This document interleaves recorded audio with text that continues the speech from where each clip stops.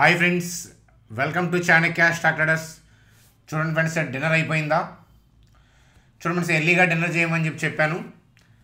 So అలాగే ఏంటంటే US stock మార్కెట్లో రక్తపాతం అని చెప్పచ్చు. మరి రేపొద్దున ఏషియన్ మార్కెట్స్ డౌన్ అవుతాయి, గిఫ్ట్ నిఫ్టీ డౌన్ అవుతుంది. సో కాబట్టి ఓపెన్ అయిన తర్వాత నేను ఎగబడి సెల్ చేస్తాను అనుకునే వాళ్ళకి మన ఇండియన్ స్టాక్ మార్కెట్ చుక్కలు చూపిస్తుంది, షాక్ ఇస్తుంది. ఎందుకనంటే ఆ లెవెల్ రాసుకోండి, నేను ఆ లెవెల్ చెప్తున్నాను. ఆల్రెడీ మీకు చెప్పిన లెవెలే మనం డిస్కస్ చేసుకున్నాము. సో మరొకసారి ఆ లెవెల్ చెప్తున్నాను, వీడియోలోకి వెళ్దాం. సో అలాగే టాటా కన్జ్యూమర్ గురించి అడిగారు కామెంట్ సెక్షన్లో. సో ఎఫ్ఎంసీజీ సెక్టార్లో కూడా మనం ఇన్వెస్ట్మెంట్ స్టడీస్ పాయింట్ ఆఫ్ వ్యూలో ఈ పర్టికులర్ స్టాకు అలాగే గోద్రేజ్ కన్జ్యూమర్ కూడా ఈ రెండు కూడా డిస్కౌంట్ అవుతూ ఉన్నాయి. వీటిలో ఏదైనా స్టడీ పాయింట్ ఆఫ్ వ్యూలో ఏదైనా లెవెల్స్ మీరు ఏదైనా చెప్తారా అని మన కామెంట్ సెక్షన్లో రిక్వెస్ట్ వచ్చింది.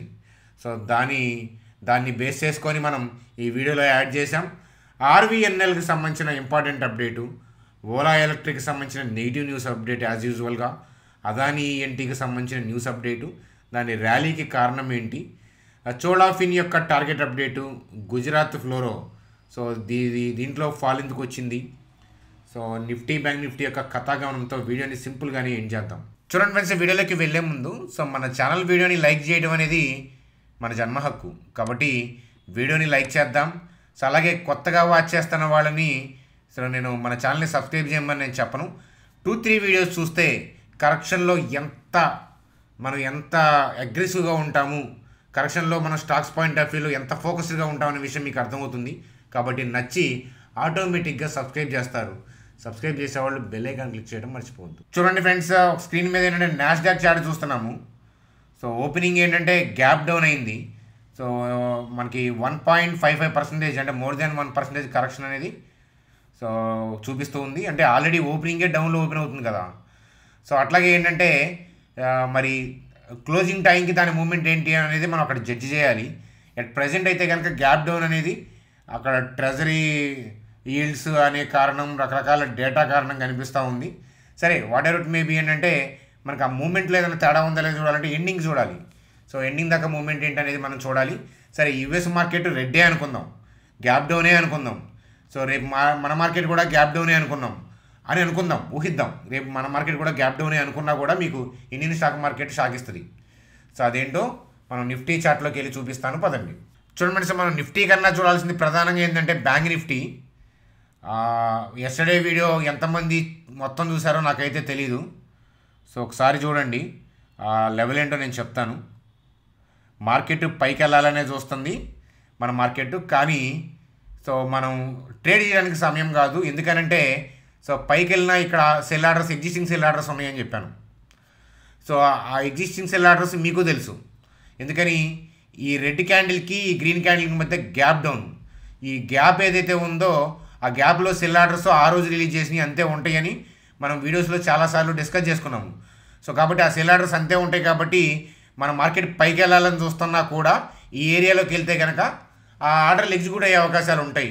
సో మీరు ఈ వీడియో లాస్ట్ నైట్ వీడియోనే కాదు, మీరు లాస్ట్ వీక్ ఏ వీడియోలో చూసినా కూడా కింద బై ఆర్డర్స్ ఉన్న ఏరియా, పైన సెల్ ఆర్డర్స్ ఉన్న ఏరియా అనేది ఇవే మార్క్ చేసి ఉండటం అనేది జరిగింది. కానీ మార్కెట్కి పైకి వెళ్ళే ఉద్దేశం లేకపోతే పైకి వెళ్ళదు ఇక్కడ దాకా. సో వెళ్ళిన తర్వాత ఏంటంటే ఈ ఏరియాలో ఉన్న సెల్ ఆర్డర్స్ ఎగ్జిక్యూట్ అయ్యి, దట్టు ఏంటంటే గ్లోబల్ క్యూస్ కూడా సపోర్ట్ లేదు. గ్లోబల్ క్యూస్ సపోర్ట్ చేయకపోయినా కూడా సో మనకి మంచి ర్యాలీయే వచ్చి ఈ పర్టికులర్ ఏరియా నుంచి ఏంటంటే సెల్ ఆఫ్ జరిగింది కదా. సో గ్లోబల్ క్యూస్ సపోర్ట్ చేయనప్పుడు మనం ఏం చేయలేం. అలాగే ఏంటంటే ఈ పర్టికులర్ ఏరియాలో సెల్ ఆర్డర్స్ ఉన్నాయి, అవి ఎగ్జిక్యూట్ అయినాయి. సో అది మీరు క్లియర్గా మీరు చూసే ఉంటారు. సో అట్లాగే ఏంటంటే ట్రేడింగ్కి అనుకూలమైన సమయం కాదు, couple of trading sessions heavy volatility ఉంటుందని చెప్పాను కదా. సో అట్లాగే మరి ఇప్పుడేం జరుగుతుందో కూడా నేను చెప్తాను. సో మీరు ఓన్లీ హెడ్డింగ్ కాకుండా ఈ వీడియో మొత్తం చూసిన వాళ్ళకే అర్థమవుతుంది. ఓన్లీ హెడ్డింగ్లు చేసే వాళ్ళకి సబ్స్క్రైబ్ చేసిన మన ఛానల్ పెద్దగా ఉపయోగం ఏమి ఉండదు వాళ్ళకి. సో అదనమాట కదా. ఎక్కడ మన ఛానలే కాదు, మీరు ఏ ఛానల్ చూసినా కూడా ఉపయోగం ఏమి ఉండదు, ఓన్లీ సబ్స్క్రైబ్ చేస్తే, ఓన్లీ హెడ్డింగ్లు చూస్తే. చూడండి ఫ్రెండ్స్, కరెక్ట్గా ఏంటంటే బ్యాంక్ నిఫ్టీ ఆ డిజైర్డ్ లెవెల్లోకి వెళ్ళి ఆ ఎగ్జిస్టింగ్ సెల్ ఆర్డర్స్ హిట్ చేసి గ్లోబల్ క్యూస్ కూడా బాగోకపోవడం వల్ల సో ఈ హైయర్ లెవెల్ నుంచి ఏంటంటే ఇంతలా డ్యామేజ్ అయింది. నార్మల్గా గ్లోబల్ క్యూస్ బాగుంటే కనుక ఈ పర్టికులర్ ఏరియాలో ప్రాఫిట్ బుకింగ్ అయ్యి కొద్దిగా కిందకి వెళ్ళేది. సో అది ఊహించిందే. కానీ ఏంటంటే ఇంతలా డిప్ అవ్వడానికి కారణం ఏంటంటే గ్లోబల్ క్యూస్ కూడా బాగోకపోవటం, అలాగే బోటమింగ్ ప్రాసెస్లో ఉన్నప్పుడు ఏంటంటే వోల్టాలిటీ ఉంటుందనే పాయింట్ ఆఫ్ వ్యూలో చెప్పడం అనమాట. సరే అంతా బాగానే ఉంది, యుఎస్ మార్కెట్లు రెడ్డే అనుకుందాం, రేపు ఏషియన్ మార్కెట్స్ డౌనే అనుకుందాం, సో అలాగే ఏంటంటే మనకి గిఫ్ట్ నిఫ్టీ కూడా డౌనే అనుకుందాం. కానీ నిఫ్టీలో చాలా జాగ్రత్తగా మీరు చూస్తే కనుక కింద ఒక లెవెల్ ఉంది, మనం ఎప్పటి నుంచో మనం డిస్కస్ చేస్తూ ఉన్నాం. 23,000 రాసుకోండి, 23,495, 23,224 అర్థమవుతుందా? సో ఈ పర్టికులర్ ఏరియా సో మనకి ఎక్కడ ఓపెన్ అవుతుంది అనేది నేను ఊహించను, అంతే కదా. యుఎస్ మార్కెట్లు నైటు పాజిటివ్గా క్లోజ్ అయితే మనం ఏం చేస్తాం, చేయలేం కదా. అలాగే ఏంటంటే ఎంతలా నెగిటివ్గా క్లోజ్ అవుతుంది, ఇంకా కిందకి వెళ్తుందా లేదా రికవర్ అవుతుందా అది మనకు తెలుస్తుందా అప్పుడే చెప్పలేం. కానీ రేపు ఎక్కడ ఓపెన్ అయినా సో ఒకవేళ ఈ ఏరియాలోకి వస్తే మాత్రం ఏంటంటే 23,495, 23,224 స్పాట్ రాసుకోండి, 23,495 స్పాట్, 23,224. ఇది ట్రేడ్ చేయడానికి ఎట్టి పరిస్థితుల్లో నేను చెప్పట్లేదు, మీరు అబ్జర్వ్ చేయండి. ఈ పర్టికులర్ ఏరియాలో ఎఫ్ఐఐస్ డిఐఎస్ యొక్క ఎగ్జిస్టింగ్ బై ఆర్డర్స్ ఉన్నాయి. కాబట్టి మార్కెట్ పైన ఓపెన్ అయినా లేదా కొద్దిగా డిస్కౌంట్లో ఓపెన్ అయ్యి ఈ ఏరియాకి వచ్చినా లేదా డైరెక్ట్గా ఈ ఏరియాలో ఓపెన్ అయినా ఈ ఏరియా మొత్తం 23,495, 23,224 ఈ ఏరియాలో బై ఆర్డర్స్ ఉన్నాయి. కాబట్టి వాళ్ళకి కిందకి వెళ్ళే ఉద్దేశం ఉన్నా కూడా ఈ ఏరియాలో టెంపరీగా బై ఆర్డర్స్ ఉన్నాయి కాబట్టి టెంపరీ స్పైక్స్ మార్కెట్ ఇవ్వాల్సిందే. కాబట్టి ఈ ఏరియాని ఛేదించడం అంత ఈజీ థింగ్ అయితే కాదు. కాబట్టి సడన్ బౌన్స్ వచ్చే అవకాశాలు ఉన్నాయి. కాబట్టి మీరు ఓపెనింగే వెళ్ళి మీరు అగ్రెసివ్గా నాకు కానీ తెలుసు ఏషియన్ మార్కెట్స్ డల్లు, యుఎస్ మార్కెట్లు dull, gift Nifty dull, opening gap down అయితే సెల్ కొట్టాలి అనే మంత్రంతో మీరు వెళ్ళారంటే మీరు ఏంటంటే బలయ్యే అవకాశాలు ఉన్నాయి, చూసుకోండి, ఒకసారి వెరిఫై చేయండి. ఎందుకనంటే చూడండి ఫ్రెండ్స్, యుఎస్ మార్కెట్లో డౌన్ అయినప్పుడు, ఏషియన్ మార్కెట్స్ డౌన్ అయినప్పుడు, గిఫ్ట్ నిఫ్టీ డౌన్ అయినప్పుడు ఓపెనింగ్ మీరు ప్రెడిక్ట్ చేయగలుగుతారు హార్డ్లీ, అది కూడా 60% ఆఫ్ ది కేసెస్లో. కానీ ఈవెన్ 60% ఆఫ్ ది కేసెస్లో మీరు ప్రెడిక్ట్ చేసిన ఓపెన్ అయిన తర్వాత మీరు అనుకున్నట్లు ఎగబడి కిందకేం వెళ్ళదు. మీరు చాలాసార్లు చూసే ఉంటారు, ఓపెన్ అయిన తర్వాత ఎగబడి 400 పాయింట్లు 500 పాయింట్లు కిందకి వెళ్ళిపోతే అందరూ సెల్ కొట్టి లాభాలు తీస్తారు కదా. స్టాక్ మార్కెట్లో మనమేనా ఉంది, చాలామంది ఉంటారు కదా. ఈ యుఎస్ మార్కెట్లో పడుతున్నాయి, రేపొద్దున ఏషియన్ మార్కెట్లో డిప్ ఉండి గిఫ్ట్ నిఫ్టీ డౌన్ ఉంటే అందరికీ తెలుసు రెడ్ అని. సో అది ఓపెనింగ్ రెడ్ అని అందరికీ తెలుసు. కానీ ఓపెన్ అయిన తర్వాత ఎక్కడ దాకా వెళ్తుంది డౌన్కి, ఎక్కడి నుంచి రివర్స్ అవుతుంది అది ప్రెడిక్ట్ చేయరు. అవన్నీ తెలియదు అబ్బాయి మాకు, డైరెక్ట్గా మేము రెడ్ కనిపిస్తే పుట్టు తీసుకుంటాం, గ్రీన్ కనిపిస్తే కాల్ తీసుకుంటాం. సో కాల్ తీసుకుంటే కాటికే, పుట్టు తీసుకుంటే పుట్టిన దగ్గరికి వెళ్తారు. సో డెరివేటివ్స్ ట్రేడ్ చేయడమే ఇబ్బంది. నేను ఇప్పుడు డిస్కస్ చేసేదంతా కూడా ఏంటంటే ఇండెక్స్ అనేది మన స్టాక్స్కి మనకి వెన్నెముక లాంటిది, అందుకని అనాలిసిస్ చేస్తాం. F&O చేసే సమయం కాదని కూడా మీకు లాస్ట్ 2 వీక్స్ నుంచి చెప్తూనే ఉన్నాను, అయినా దాని తర్వాత మీ ఇష్టం. సో దట్టు ఏంటంటే ఈ ఎగ్జిస్టింగ్ బై ఆర్డర్స్ వల్ల సడన్ స్పైక్స్ వస్తాయి, దాని తర్వాత ఎందుకు వచ్చింది అని చెప్పి మీరు చూసుకోవడం వల్ల ఉపయోగం ఉండదు. కాబట్టి సో నేను ట్రేడ్ చేయమని నేను చెప్పను, చేయొద్దని నేను చెప్పను, అది మీ ఇష్టం. కానీ సో చూడండి, ట్రేడ్ చేసేటప్పుడు మనీ మేనేజ్మెంట్ ఫాలో అవ్వండి. నేనైతే వ్యక్తిగతంగా F&O నేను చేయను, ఇప్పుడు ఇలాంటి సమయాల్లో చేయను. మీకు లాస్ట్ 2 వీక్స్ నుంచి చెప్తున్నాను, ఆల్మోస్ట్ ఈ ఇయర్ మొత్తం కూడా మీకు చెప్తూనే ఉన్నాను అదే మాట. చేసే సందర్భాలు వేరే, F&O చేసే సందర్భాలు వేరే, ఇప్పుడు కాదు.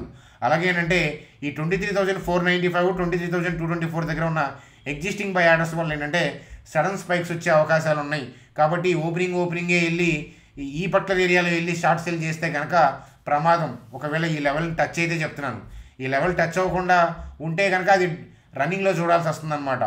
చూడండి ఫ్రెండ్స్, అలాగే ఏంటంటే ఈరోజు మనకి ప్రీవియస్ క్లోజింగ్తో కంపేర్ చేస్తే రెడ్డే కనిపించింది. కానీ నాకు ఈ ఆరిజిన్ దగ్గర వోల్టాలిటీ పైకి టర్న్ అయ్యేటప్పుడు ఉన్న వోల్టాలిటీయే కనిపించింది తప్ప మన మార్కెట్లో చెడేం లేదు.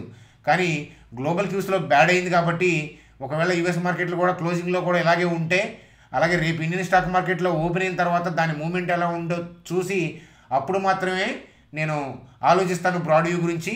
దట్టు బ్రాడ్ వ్యూ ఒకవేళ డౌన్ సైడ్ అని నేను మార్చుకున్నా, ఇంకా నేను మార్చుకున్నా కూడా ఈ పర్టికులర్ ఏరియాలో బై ఆర్డర్స్ ఉన్నాయి, టెంపరీ స్పైక్స్ అవుతాయి. కాబట్టి సో మనకి అవకాశం ఇస్తుంది, టెంపరీ బౌన్స్ ఇస్తుంది. ఒకవేళ మనం కిందకి దించేయాలన్నా కూడా టెంపరీ బౌన్స్ ఇస్తుంది. కాబట్టి వెళ్ళి సో నాకు కానీ తెలుసు కదా అని చెప్పి వెళ్తే మాత్రం అదే చికెన్ షాప్కి వెళ్ళి కోడి తొడగొట్టినట్టే ఉంటుంది షార్ట్ సేల్ చేస్తే మీరు కనుక ఈ ఏరియాలో. ఎస్పెషల్లీ కావాలంటే మీరు రేపొద్దున వెరిఫై చేసుకోండి.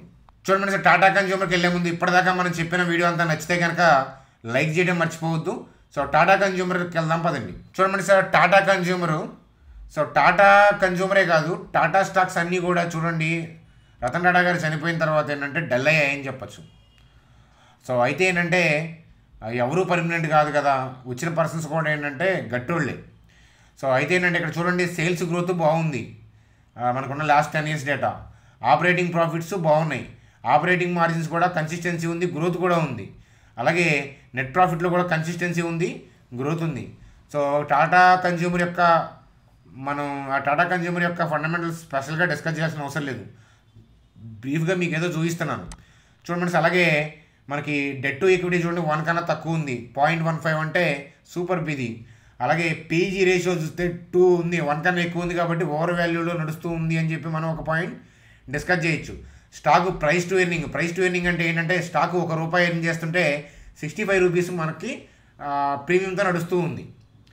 20, 25, 30 ఇలాంటి టాటా కన్జ్యూమర్ లాంటి 40 కూడా ఓకే, కానీ 65 అనేది స్టిల్ ఎక్స్పెన్సివ్ అని చెప్పి నేను చెప్తాను. కానీ ఎక్స్పెన్సివ్ అన్నంత మాత్రాన మనకి ఇక్కడ నుంచి బయర్ రాడా అంటే రావచ్చు. హైపీఈ ఉన్నంత మాత్రాన స్టాక్ పెరగకూడదనే రూల్ లేదు, ఎందుకంటే హైపీఈ ఉన్నా కూడా పైకి వెళ్ళొచ్చు. కాకపోతే ఏంటంటే డౌన్ సైడ్ రిస్క్ ఎక్కువ ఉండొచ్చు, మనకి అప్ సైడ్ లిమిటెడ్గా వెళ్ళొచ్చు అనమాట, ఇంకా బాగా కూడా వెళ్ళొచ్చు, ఎందుకంటే స్టాక్ మార్కెట్ అనే దానికి రూల్స్ లేవు. సో మరి టెక్నికల్ చార్ట్ ఏం చెప్తుందో చూద్దాం పదండి. సో ఇక్కడ 40 పీఈ అరౌండ్ ఉన్నా ఓకే, మనం అబ్జర్వ్ చేయొచ్చు. టెక్నికల్ చార్ట్ చూద్దాం పదండి.